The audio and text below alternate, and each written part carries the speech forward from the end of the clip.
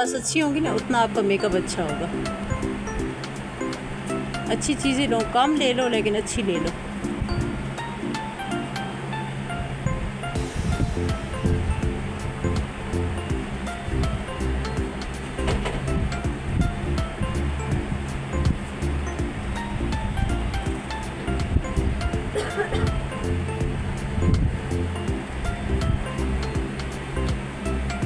और ये जो होती है ना लिपस्टिक, इसको यहाँ पर जी सारा लगाना होता है। ये मैट शेड होते हैं ना, ये फिर ड्राई हो जाते हैं।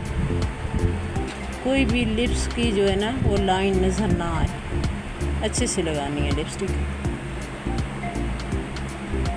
बेटा थोड़ा सा खोलूँ ऐसे, ये अंदर करके।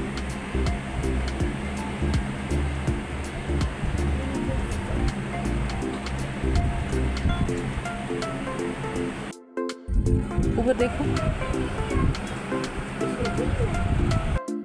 तो एक हैक बताता हूँ जी, मेरे पास है क्रिस्टीन का है, केक लाइनर है। तो इसको हमने वाटर प्रूफ बनाना है। ये मैंने इसमें ये सीलर जो होता है ना, ये मैंने इसमें ऐड किया है। आपके पास जो कोई भी है सीलर, क्रायलॉन का भी होता है, वो भी बहुत ज़बरदस्त है, लेकिन वो महंगा बहुत ज़्यादा है। अगर आप अफोर्ड नहीं कर सकते हो तो आप ये ले लो, इससे आपका ये वाटर प्रूफ आई लाइनर बन जाएगा।